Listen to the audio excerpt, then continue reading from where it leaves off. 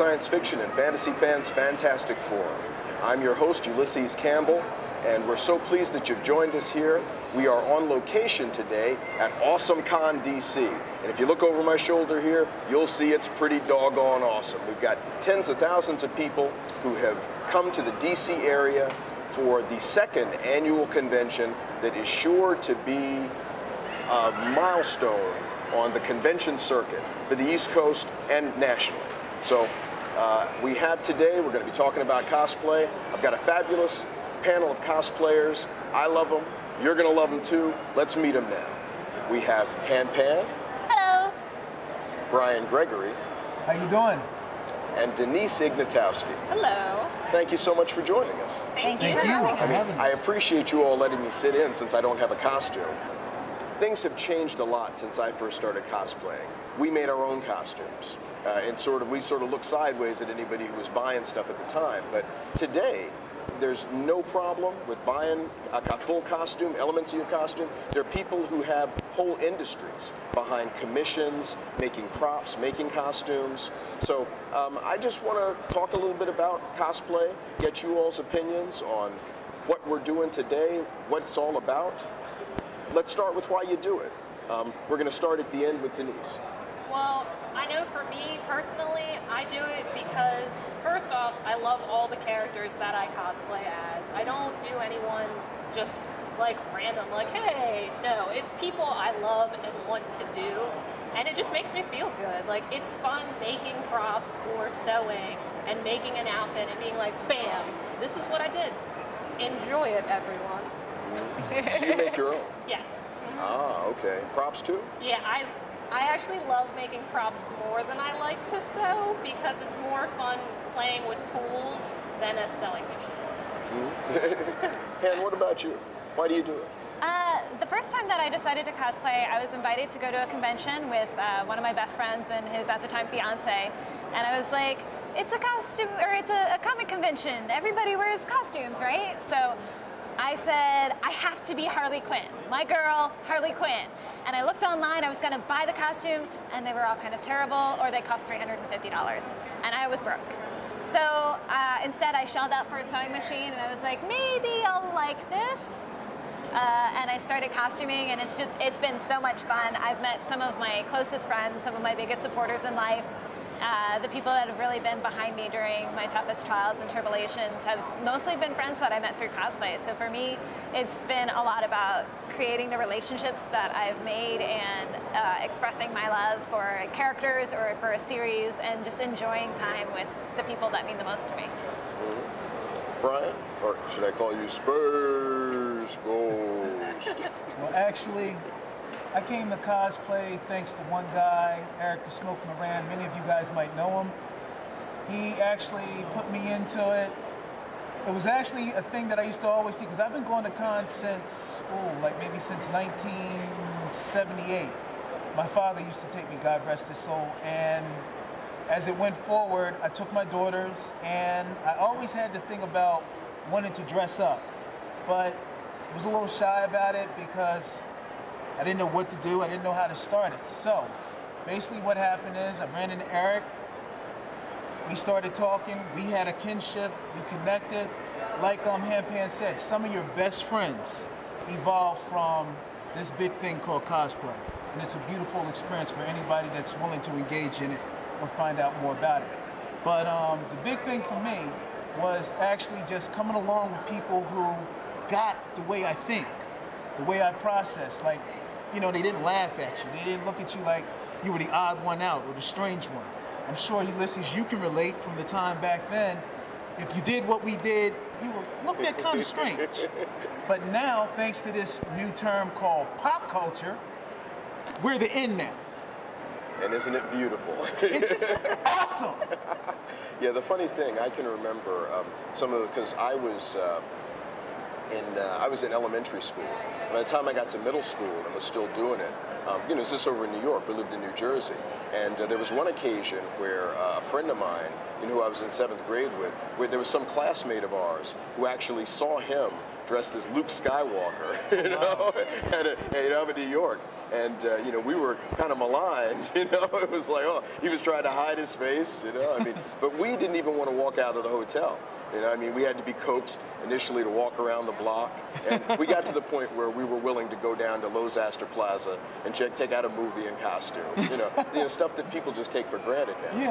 But I want to ask you a little bit about the culture, because a lot has been made of gender swaps and ethnicity swaps, particularly as they relate to costuming and cosplay. So, you happen to have been at the center of a firestorm at one point, Brian, because of your Doctor Strange cosplay. But, of course, Doctor Strange being a Caucasian character, and you're African American.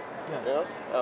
How do you, first, I guess starting with you, because of that, little kerfuffle, as Shireen would say, does it matter that you have somebody who is one ethnicity or one gender that portrays another in terms of cosplay? And if it is or isn't, why?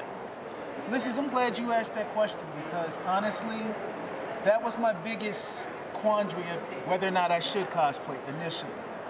But I understood, as everybody who does it understands, for the most part, those of us who really care about it, it's about passion for the character.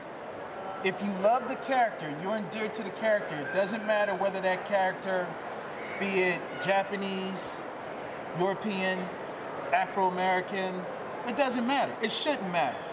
Because what should come out more so than your color is your portrayal of that character. That's the most important thing. That's the essence. That's why we do it. We do it simply because it's an expression of ourselves, our highest expression of ourselves, when we're the most happiest with ourselves. Because what we seem to do is to be able to bring smiles to little boys, little girls, to actually be able to inspire them to do different things.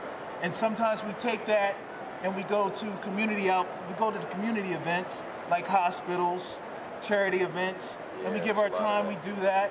And the kids, let's say for instance, for those who were sick and shut in, who didn't necessarily have the option to go to a con, they get to see us, and that motivates them. So that puts joy in my heart, and that makes me real happy.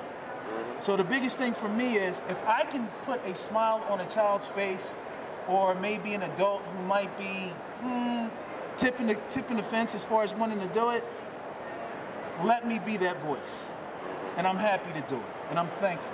And for those who detract and literally, call me out of my name or whatever the case scenario might be, you know what? Initially, I had a negative attitude about it, but you know what? Haters motivate me to do more. And the way that my attitude about it is now, the only thing you allowed me to do is to, whatever character I want to do, that's what I'm going to do. Well, you seem to sum that up very completely. I think that given that, I'm going to ask the ladies a slightly different question, because something else that you hear with great frequency in terms of cosplay, particularly as it regards female cosplayers, there are a lot of guys who seem to feel that it's okay when they see a woman at a convention who might be, dressed like Psylocke, that it's okay to make unwarranted advances or crude comments.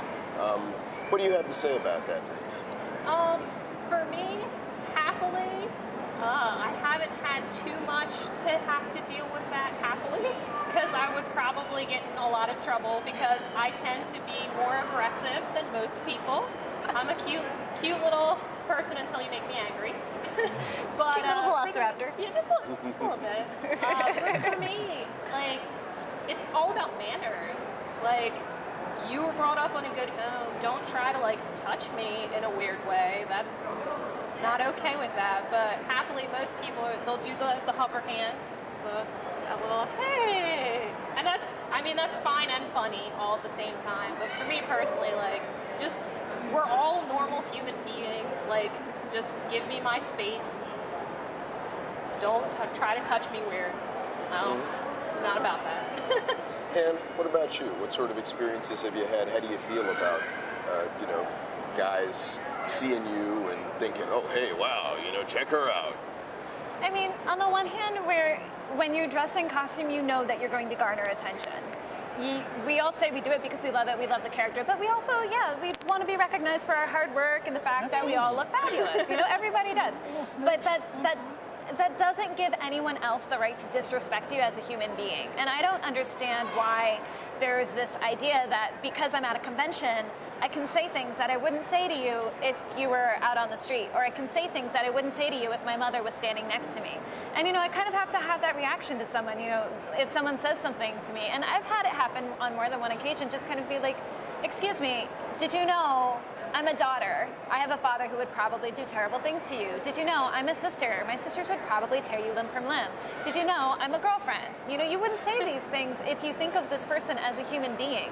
But unfortunately, sometimes when you get in these convention settings, the people around you don't necessarily think of you as a human being. They think of you as a walking billboard. And I think it's really important to generate positive interaction with people, because when you talk to someone and you say, oh, you love this character, what do you love about this character? Here are the things that I like, then it really humanizes you. And I think people have a much more difficult time treating a woman like an object, or a person like an object or like a billboard, when they see you as a human being and as someone who has a family and a life and hobbies. Very well articulated. Now, we're going to have to take a break, but we are going to be right back. We're going to show you some more stuff here from AwesomeCon, and don't go away. We will be right back, and we're going to pick up this scintillating conversation about cosplay. Hi, I'm Fiona Staples, and you're watching Fantastic Forum.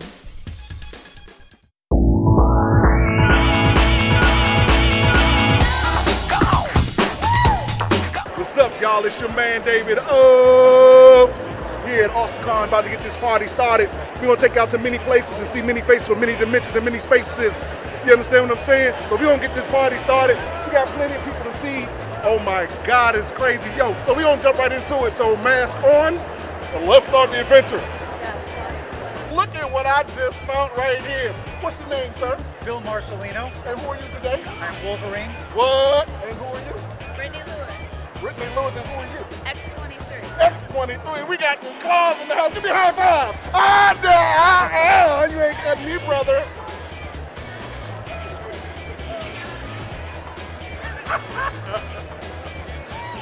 That's all dancing with Wonder Woman, man. I've been wanting to do this for years. But interview one of my favorite bounty hunters, Bobo Fett. You know what I'm saying? I'm so scared right now. What's your name, sir? Rick. Rick, oh snap, we all with horses. Hey, what's your outfit, Rick? What I say? Is you real and your lady? Samantha, what's your outfit you rocking? I'm a peacekeeper. She's a peacekeeper, the law, baby. This is the worst combination ever. So describe your outfit for me, sir. It took about 5 years to make.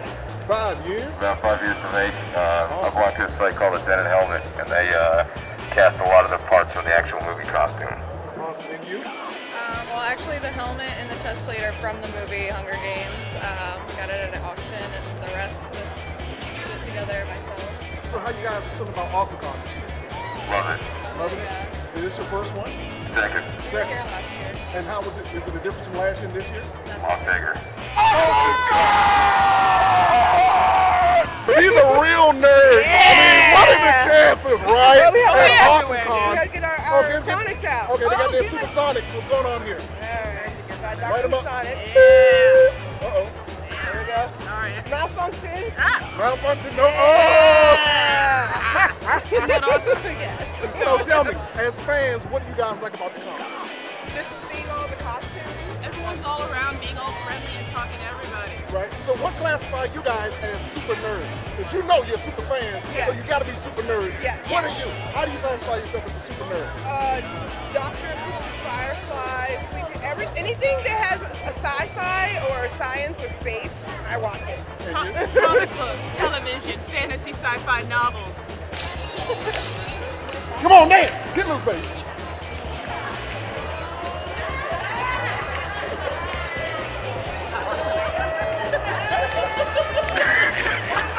AwesomeCon, baby! Fantastic Forum! Let's go! This is Loki right here. So, lady, tell me, what is your name? My name is Carrie. And who are you dressed as? I am Lady Loki. It's an original design based on the comic version. Oh my goodness. Now, did you put this together yourself? I made absolutely everything that I'm wearing. Oh my God, explain it to me. Tell me what the detailing is. Well, I took a design from the comics and then I added more to it to make it look more regal and a little bit more in line with the Asgardian clothing in the movies. How you feel about the con today? This is the first time I've been to Awesome Con. I'm really loving it so far. I will definitely be back. My name is Allison. Allison, and of course you're dressed as? Wonder Woman. Oh my goodness. Now let's talk about this. What made you choose this outfit? There's actually a new statue that Side Form is coming out with of Wonder Woman with her spear and her shield. I unfortunately didn't have time to finish those props, but I was doing that version of her as a costume. So you made this yourself? Most parts, yes. Most parts. Okay, tell me the parts that you made. So the metalwork is the stuff that I did, and the bottom.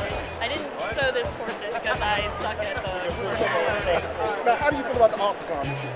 It's pretty good so far. I haven't made it to a panel, but yeah, I'm liking it. Well, are you going to be in any contests today?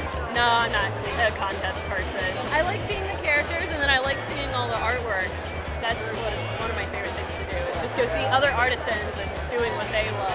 So a true fan of the art. Yeah. That's what I'm talking about. Once again, it's your man David O here with the mightiest woman on the planet, Wonder Woman, reporting live at Awesome Con for Fantastic Forum. Can I get you to yell out Awesome Con for me one time? Awesome Con! She said it with so much power!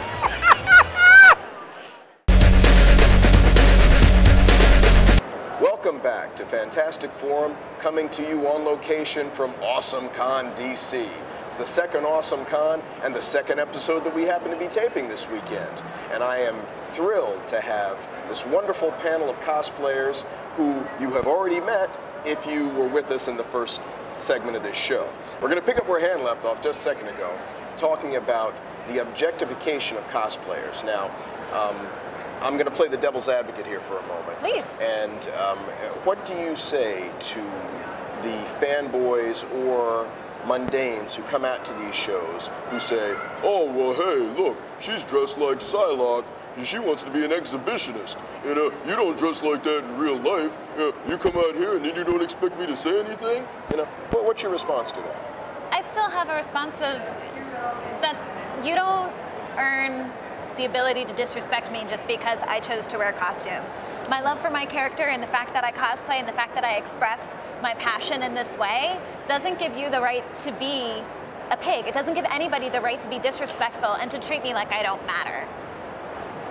Yeah, very well said. Denise, do you have anything to add to that?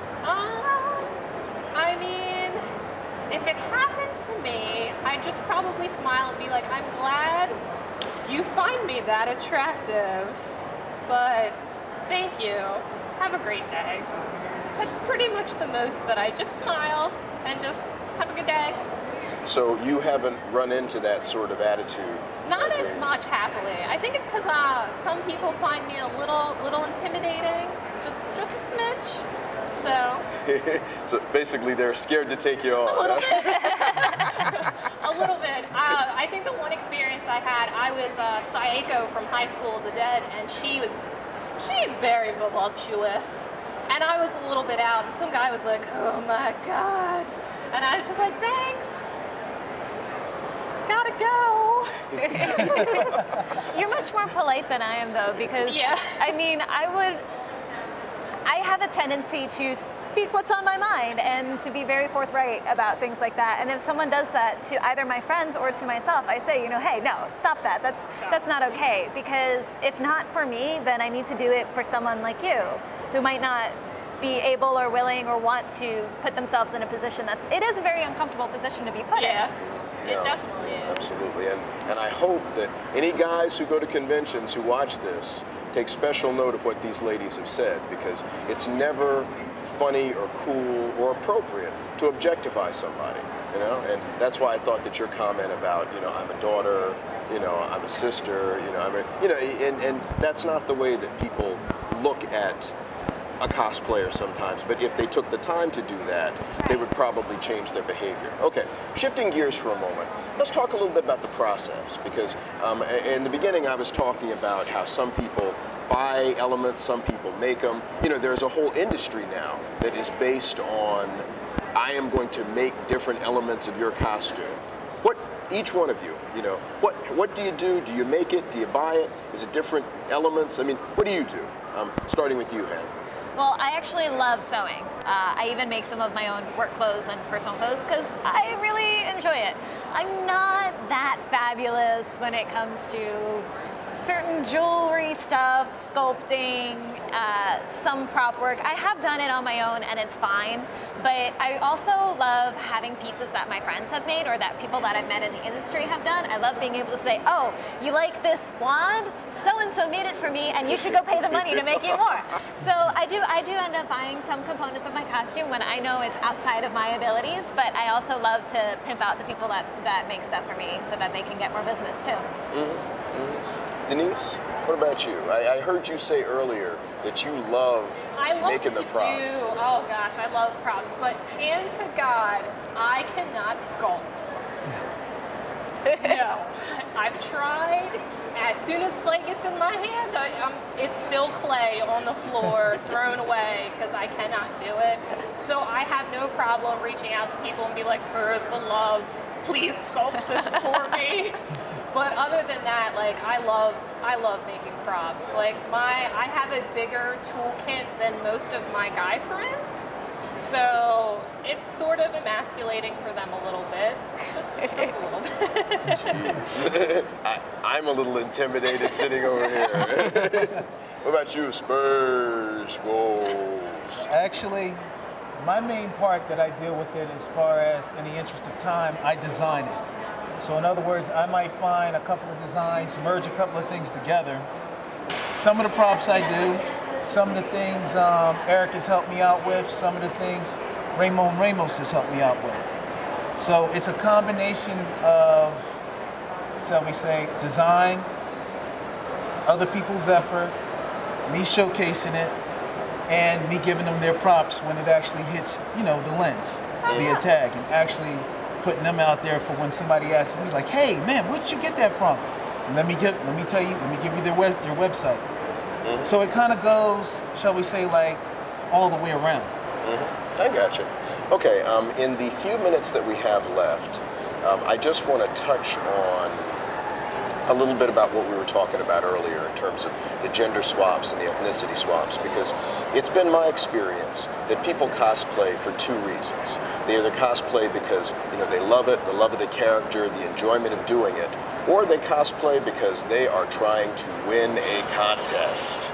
And I'm sure we know a lot of folks out there, you know, who are trying to win a contest. I used to say, you know, back in the olden days of cosplaying, if you had a pair of wings, you were going to win the contest, you know? Yeah. So, you know, let's talk briefly about that in terms of, you know, each sort of point of view and how we feel looking at both of those, because I'm sure we can, you know, I'm sure we can see both of those. So, Space Ghost. Actually, I'll tell you like this. Believe it or not, I officially have never entered a costume contest. Never. The only reason why I've never entered a costume contest because, in my opinion, I didn't have anything that I thought was like just going to dazzle. Now, when I have the dazzling costume that, you know, that lights up and does all this and every little thing, then I'll be like, okay, maybe it's time for me to go ahead and, you know, take the shot. Now, here's the thing. Whether I win or not, to me, is not the big deal, believe it or not. It's just get the props for the costume. Yeah, so people can see it. Does it for the love of it. So people can see it. So people can, you know, take the shots, you know, get tagged. That's the big thing, at least for me. I can't say for everybody else, but I have no problem for people who do decide to get, you know, for costume contests, because let's face it, what we do on any given scale, no matter how minute, it can get very expensive. Very expensive. You can say that again. And if you can subsidize it by winning a couple of contests, so be it. Okay. All right, Denise, what about you? I'm all fine for friendly competition. Friendly competition. Me and my best friends, we're always like, I love that character. Well, I love that character too. Who can make it better? So we all put our different spins on it and each have our own unique things, but I never really think I'm better than anyone else because it's all about the fun. I've done one cosplay contest, and it was just because a friend had no one signed up, and I was like, well, I guess I'll do it. And I tripped up the stairs. So that was me. Super graceful. Did you win? No. Tripping up the stairs does not let you win. But just seeing all the different outfits, it was a great experience, but never feel insecure about what you make, because I feel that, like, own it. Own what you do, who you are. Don't be worried that, like, oh my god, that person's way better than me. Don't ever think that. To me, it's really important that whenever you cosplay, you do what makes you happy. And whenever someone else cosplays, they should do what makes them happy. They shouldn't be worrying about what makes you happy. So I've done costume contests, I've judged costume contests, I've pretty much done everything in regards to them, and I think they can be a lot of fun. I don't get to perform a lot in my day-to-day life, but that's something that I miss from when I was young, and costume contests give a great opportunity to put on a little performance, and I love that component. I know people that all they do is cosplay for a contest, and that's great. That makes them happy, and that's all that I care about. Like, if you're cosplaying, are you happy? Good. If you're not, figure out how to make yourself happy. And if that means doing contests because it makes you feel fulfilled, do the contest. If that means quitting the contest because that makes you feel fulfilled, quit the contest. I'm all about the happiness. Well, I think that's a very healthy point of view. Okay, in the last few seconds that we have, I would just like to find out from each of you what is next on your horizon. What's the next character or big costume that you're working on? And, you know, be quick because we've got seconds left. Denise, what about you? Actually, I will be the elf from Dragon's Crown. So I have the wig done, I have the cape done, I'm working on the rest of the outfit, and I made a giant bow and arrow. Oh my God, I can't wait to see this. I'm excited. Yeah. And Space Ghost, what about you? What's your next costume coming up? My next, and should I say probably my favorite costume, is Ultraman Hayate. Oh, that should be interesting. And if anybody is familiar with Ultraman, they now know that all the older Ultramen, they wear capes. Might as well have a cape, absolutely. And the blinking light, and the eyes. So I'm super amped for that. I cannot wait to see that. Okay, and take us into the anchor. What is it? What do you got? I'm going to be working on a Transformers Autobot. Really? Yes. Oh, I bet that's going to be fun, and you're going to be happy making it. I'm going to be so happy. And we're all happy here. Absolutely. And we hope you're happy too for having joined us for yet another exciting episode of the Comic, Science Fiction, and Fantasy Fans Fantastic Forum. I just want to give a quick shout out to a new sponsor, Victory Comics, where we have taped on location, and we will be back to tape on location again. If you'd like more information about this show, we would love to tell you about it. You know, we thank AwesomeCon for letting us set up here, you know, and, you know, we're going to be doing some more stuff. You check that out. So, anyway, look for us again. Same bat time, same bat station. Victory! Victory! Victory! Victory!